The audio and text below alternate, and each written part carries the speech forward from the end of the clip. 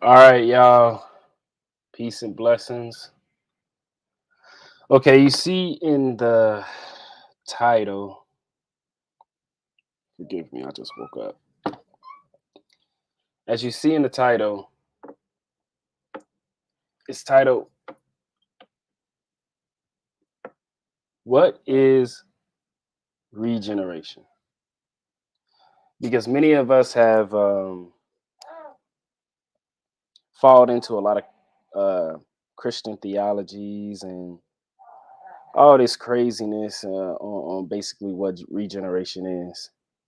So, right now, I'm going to explain to you guys in the fine print of the Bible or what regeneration is.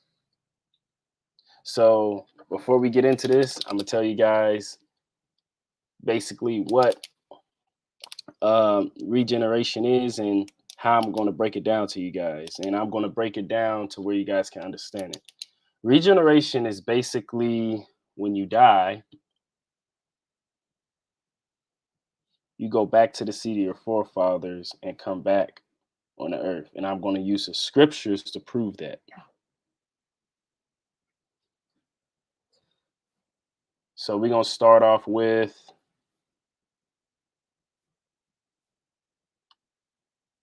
there we go. All right, so let's get this.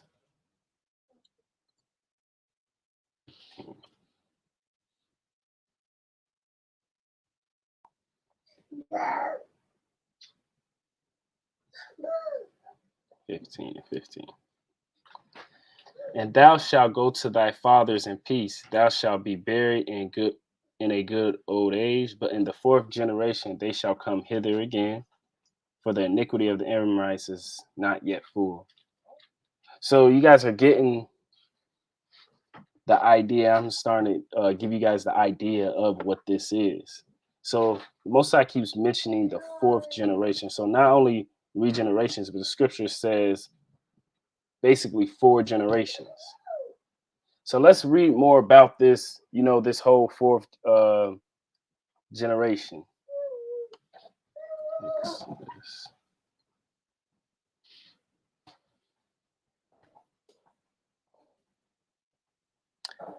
Exodus 20, verse 5. Thou shalt not bow down thyself to them, nor serve them, for I, the Lord thy God, am a jealous God, visiting the iniquity of the fathers upon the children unto the third and fourth generation of them that hate me. So the Most High is visiting the iniquity of of your children to the third and fourth generation. But there's a secret though. There's a secret that you guys got to understand. And this is going to make you go wild. Watch this. First, let's get Deuteronomy 4, verse 16.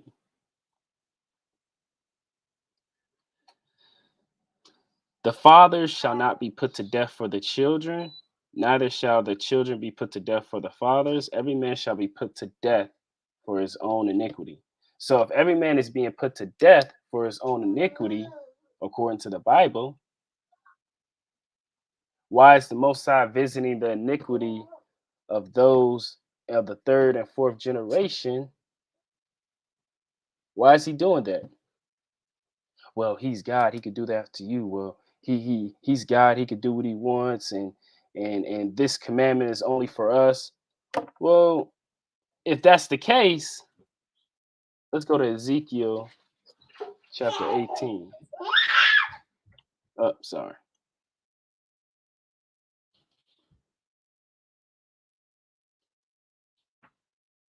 I'm sorry.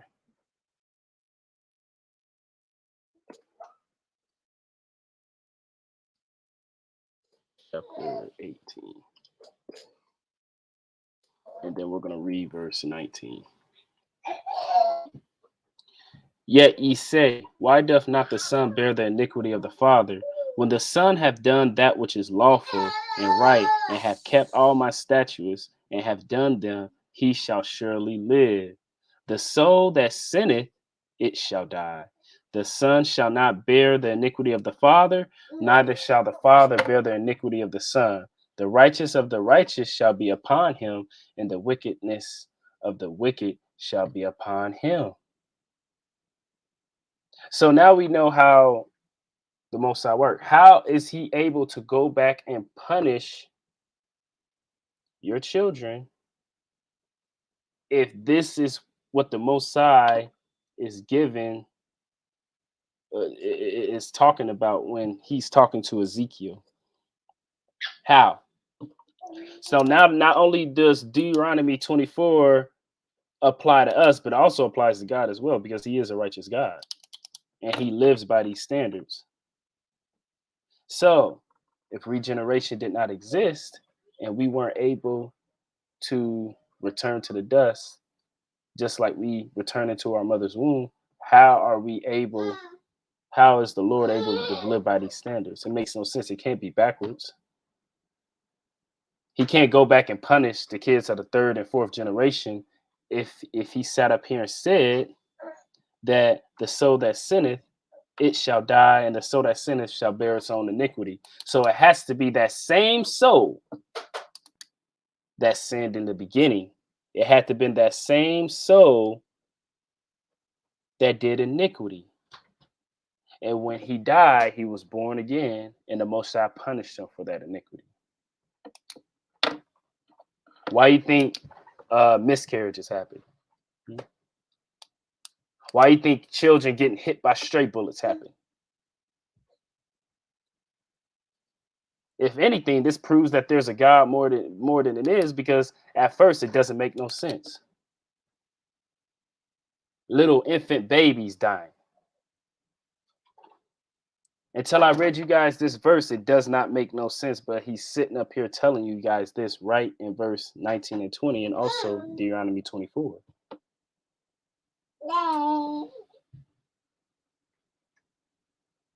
So when we guys accept this, we'll have a better way of how we view God. Let's go to 1 Kings.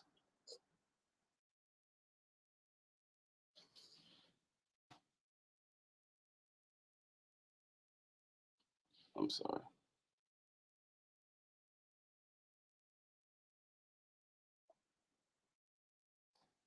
So let's see, 1 Kings 21 through 29. Seest thou how Ahab humbleth himself before me? Because he humbleth himself before me, I will not bring the evil in his days, but in his son's days will I bring the evil upon his house. But I thought that children shall not be put to death for their father's sins. This is Ahab right here being regenerated, coming back to the earth, and then getting judgment from the Most High. That's what that's talking about. Because remember, if you guys are saying this is actually talking about his actual sons, which it is, it's still him. His spirit just returned to the earth. But we can't say that Ahab and one of his sons being punished are two totally different spirits, because remember in Ezekiel 18 and 19, it said, the soul that sinneth, it shall die. The soul that sinneth, it shall bear its iniquity.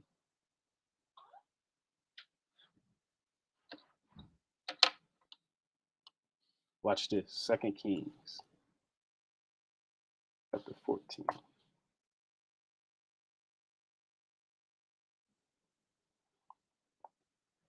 5 through 6.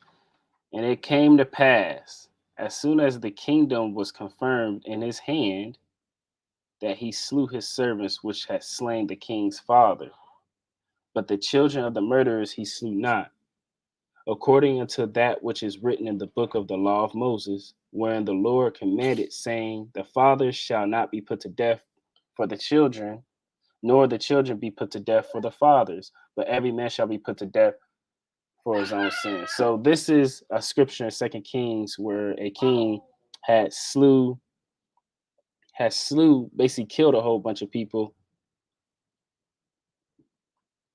and basically we went ahead and executed judgment against that king.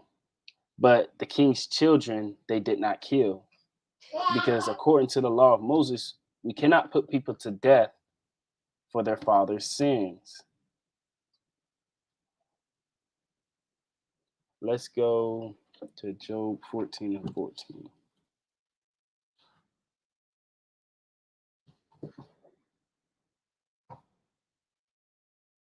If a man die, shall he live again? All the days of my appointed time will I wait till my change comes.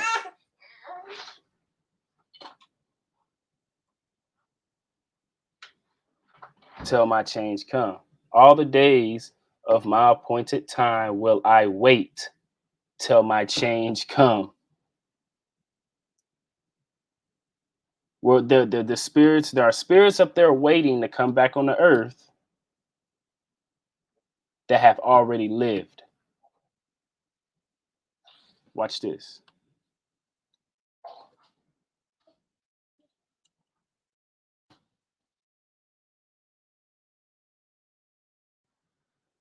And though after my skin worms destroy this body, yet in my flesh shall I see God. How does this actually, let's read verse 25. For I know that my Redeemer liveth, and that he shall stand at the later day upon the earth. And though after my skin worms destroy this body. So this is talking about when you die, the worms devour your body. Yet in my flesh shall I see God. If the worms devoured your body, how are you seeing God in your flesh? Well, remember I told you, there are spirits waiting to come back on the earth that have already lived. We have spiritual flesh and we got celestial flesh. I'll go through that in another video. But now you guys are starting to see an idea on what I am talking about.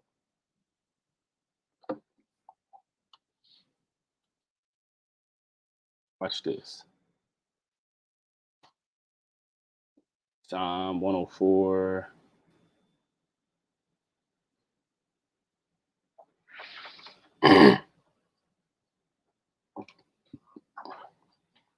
Psalms 104, verse 29. Thou hidest thy face, they are troubled. Thou takest away their breath, they die and return to their dust. Thou sendest forth thy spirit, they are created. Thou renewest the face of the earth. Remember, I told you, the Lord takes away our breath, meaning we die. And he sends forth our spirit. We are created again in the womb. And that's how he renews the face of the earth. I know you guys get it now. Leave a comment down there in the comment section if you don't get it, because I will gladly come on here and have you come on here live with me and I will explain it to you. But that's how things work. The Most High ain't just creating new spirits. Remember, he said nothing is new under the sun. I know you guys did it.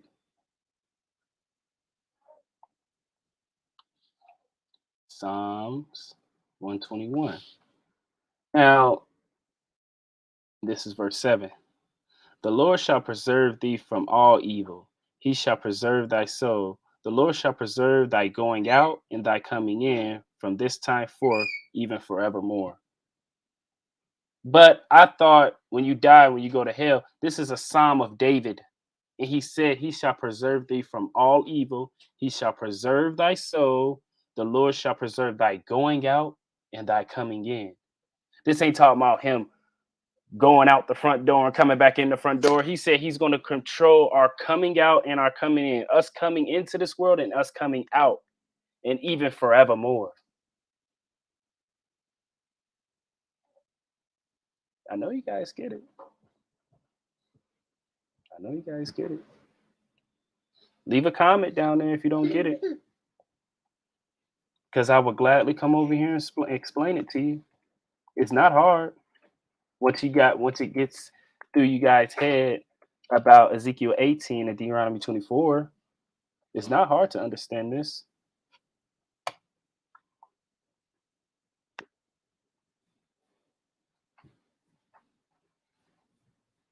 So this is Psalms 119, verse 152.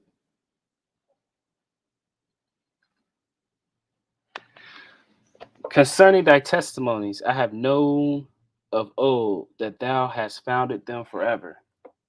Concerning thy testimonies, I found them of old. This is what the Lord is talking about, his wisdom that he had towards the Lord. He has found them of old, and he has founded them forever. What do you mean he found them of the old? I know you guys your brains are starting to tingle.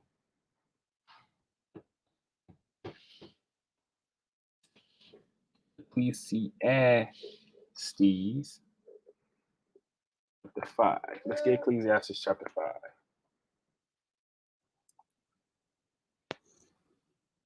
As he came forth of his mother's womb, naked shall he return to go as he came, and shall take nothing of his labor, which he may carry away in his hand.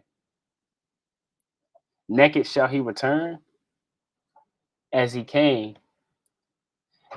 We came into this world naked, and then when we return to the womb, we are naked again.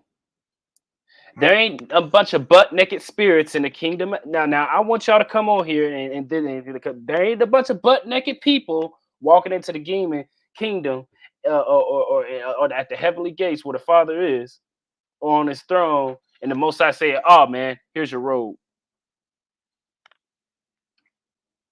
Come on now. So just in case somebody wants to get simple, I want you to put that thought in your head.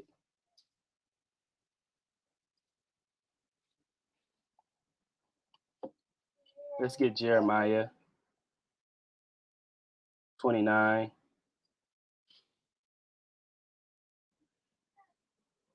And we're going to read verse 32.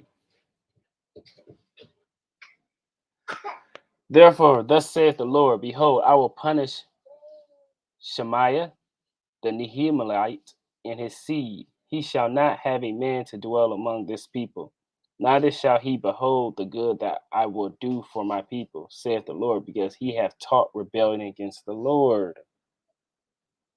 Remember, we can't get punished for our father's sin. So why is he punished Shemaiah, the Nehemalite, and his seed? We all get punished for our own iniquities.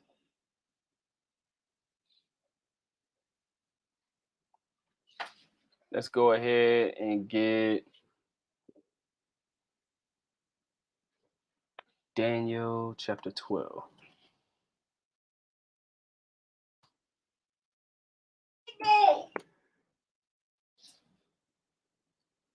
And this is a prophecy. But go thou thy way till the end be, for thou shalt rest and stand in thy lot at the end of days. We are going to stand in our lot at the end of days. We're going to rest and we are going to stand in that lot. Righteous or wicked? We're going to stand, we're going to keep our lot.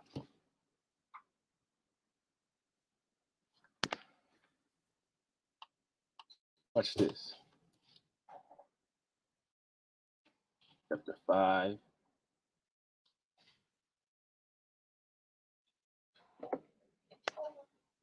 But thou, Bethlehem, Ephratah, thou be little among the thousands of Judah, yet out of thee shall he come forth unto me, that is to be ruler in Israel, whose goings forth have been from of old, from everlasting. His going forth was of the old. That person that was supposed to be a ruler of Judah, that's talking about Christ. And his going forth was of the old. So now we know Christ existed before Mary gave birth to him. because his going forth was of the old. And this is a prophecy in Micah.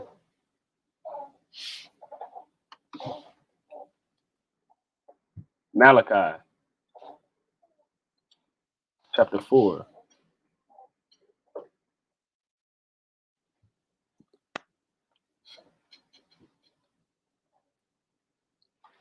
Behold, I will send you Elijah the prophet before the coming of the great and dreadful day of the Lord. And he shall turn the heart of the fathers to the children, and the heart of the children to their fathers, lest I come and smite the earth with a curse. So before the coming and dreadful day of the Lord, he's going to send Elijah. How's he going to do that? Elijah is dead.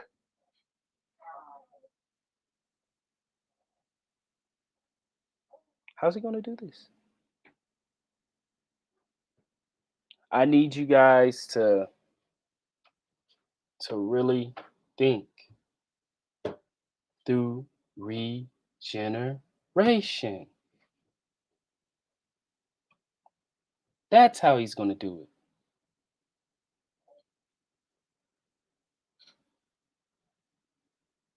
That's how he's going to do it.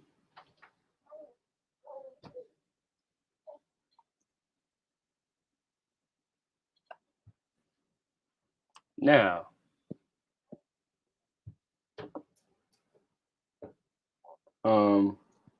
let's see what else scriptures I got.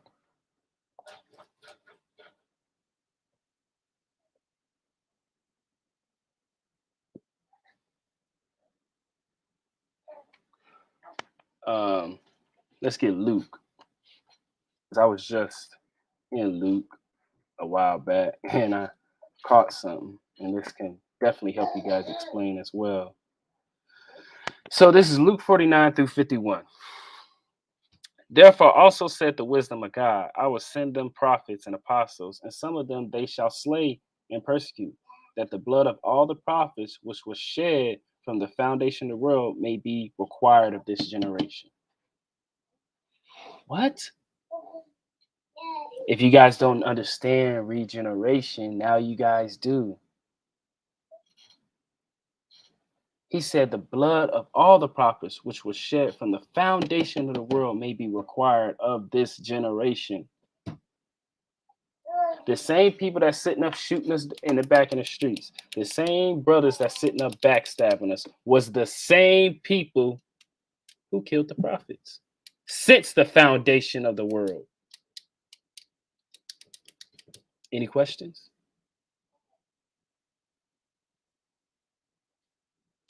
Let's get John chapter 8, and then I'm going to get off here because I only got a limited amount of time on here. And forgive me if my videos are too short, but I try to get to the point and then get off because I got other stuff I got to do, and I got other videos that I got to plan on making. John chapter 8, verse 58. Yahushua said unto them, verily, verily, I say unto you, before Abraham was, I am. Before Abraham was, I am. Christ didn't even exist during the time of Abraham, but he's saying before Abraham was, I am.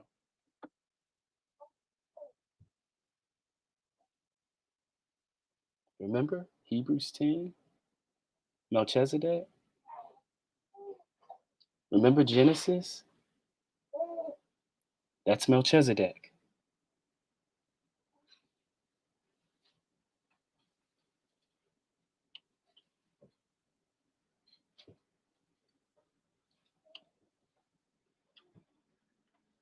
So, Lord's willing, this was edifying. Leave a comment and get back at me.